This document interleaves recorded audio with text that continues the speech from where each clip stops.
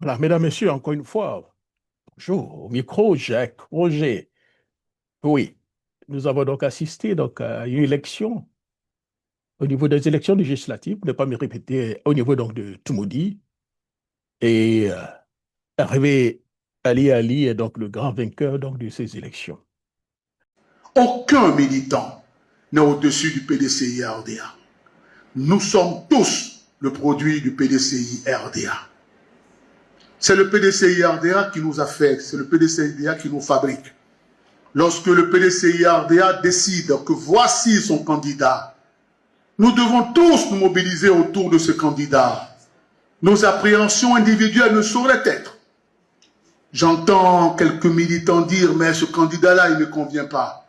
Mais c'est le choix du PDCI-RDA. Nous ne sommes rien en dehors du PDCI-RDA. Il y a certains qui s'imaginent que c'est eux qui font le PDCI-RDA. Ce n'est pas vrai. C'est le PDCI-RDA qui nous fait. Moi, je suis fier de dire que c'est le PDCI-RDA qui m'a fait maire. C'est le PDCI-RDA qui m'a donné 3 mandats. Après ce que nous avons vu, après avoir écouté donc, les militants un peu partout, qu'il est temps donc de sonner hein, que la récréation est terminée. Oui, le PDCI-RDA, il y a donc, le constat est clair. C'est donc un parti. Le PDCI-RDA est le parti. Et ce PDCI-RDA a un président, c'est Cheikh Tidiane Thiam, un secrétaire exécutif, le ministre Yapokaliste, un président donc, du groupe parlementaire, M. Blessy Grésistor, et un porte-parole, M. Bredoumi. Nous devons donc tous soutenir et protéger donc la marque PDCI-RDA. S'attaquer aujourd'hui donc au président, c'est s'attaquer donc à la marque PDCI-RDA elle-même. Et en tant que conservateur, je serai donc vigilant et je ferai tout ce que je peux à mon pouvoir que cela soit respecté. Le PDCI dispose aujourd'hui donc d'une base électorale principalement située au centre. Ce n'est pas donc un défaut, c'est une évidence qu'il faut donc accepter et ne pas respecter donc cette base. C'est-à-dire qu'on n'a pas du tout sa place au PDCI-RDA. C'est donc une force.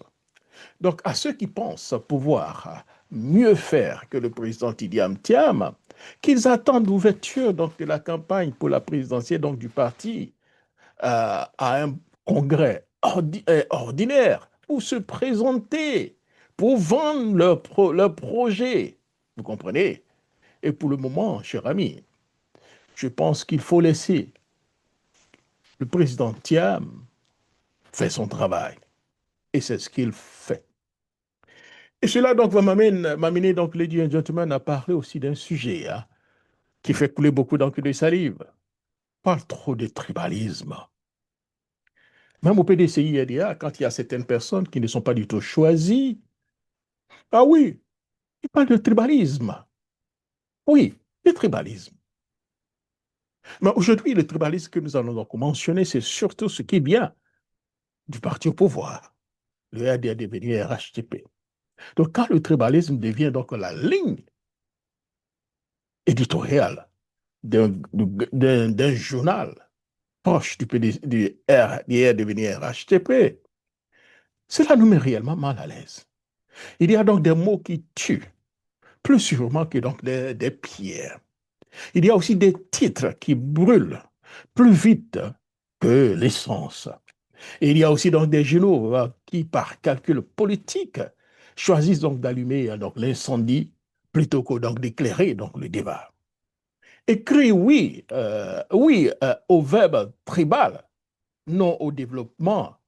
Pour moi, c'est un pas qu'il ne faut pas franchir. Et l'ethnie, certainement, dans cette situation, chasse le développement, selon donc le journal. Et à propos donc de l'élection, ce n'est pas donc informer, cher ami, hein, c'est jeter pour moi l'huile sur le feu. C'est donc désigner donc un bouc émissaire. C'est fabriquer donc de la haine. Et c'est très clairement un trouble à l'ordre public. Mais aujourd'hui, nous savons que le trouble à l'ordre public, c'est seulement les jeunes de l'opposition, les cas donc de l'opposition. Mais ceux qui sont au pouvoir peuvent pratiquement dire tout ce qu'ils veulent, dit même deux fois plus que ce que les gens de l'opposition disent, cher ami. Ils ne seront pas du tout inquiétés. Soyons sérieux aussi, hein, sérieux, hein, un tout petit peu, disons 2 minutes. Quand on sait que la quasi-totalité donc d'à peu près 85 députés donc du Nord sont issus donc du même région et globalement même de même ensemble ethnique donc du pays. Oui, ils osent aujourd'hui parler donc de tribalisme qui chasse donc le développement sans rougir. Oui, ils ont le courage de parler de tribalisme alors que 85 députés donc du Nord sont pratiquement tous des fils du Nord et pratiquement du même grand groupe ethnique. Ah oui, cela ne freine pas le développement. Mais une élection, donc à tout maudit, où quelqu'un gagne, c'est ce qui doit freiner le développement. Le problème n'est donc pas, cher ami, donc l'ethnie. Le problème, c'est donc l'échec politique qu'on refuse tellement donc d'assumer, ou bien une défaite qu'on refuse d'assumer. Ce que fait donc ce journal, proche donc du RDR devenu RHTP, hein, c'est vieux comme du cynisme. Quand on gagne chez soi, au nord, on parle de démocratie, la démocratie fonctionne. Mais quand on perd donc ailleurs, on crie donc au tribalisme. C'est ça que j'appelle donc le protectionnisme politique. On transforme ces régions donc en réserve électorale intouchable. Refuser donc d'aller donc convaincre donc les autres. Et quand on est chaud, cher ami, hein, insulter donc la population en les traitant de tribalistes. C'est honteux, cher ami. C'est, cher ami, irresponsable. Et c'est dangereux pour la cohésion donc, nationale, et il faut le dire. Dans un pays qui a donc déjà pavé donc, le prix donc, du sang hein, pour des discours, soit parfois considérés identitaires, continuer donc à jurer, à jouer certainement avec l'ethnie comme argument politique, c'est jouer avec des allumettes dans une poudrière. Et c'est clair. Le plus grave, cher ami, c'est donc du deux poids, donc deux mesures ici. Quand donc le secrétaire exécutif donc, du PDCI-EDA parle, on le poursuit pour trouble à l'ordre public. Mais quand donc un journal proche donc, du parti au pouvoir, quand un cadre du Nord, le ministre Boaké qui va donc au Nord pour dire ces mêmes choses, ouais, c'est pratiquement, on ne pratiquement rien. On ne fait pratiquement rien. On n'a même applaudi même. On s'était, on fait comme si on ne voit rien. Alors, posons donc la vraie question ici, cher ami. Le trouble à l'ordre public, c'est donc la parole critique? Je ne comprends pas.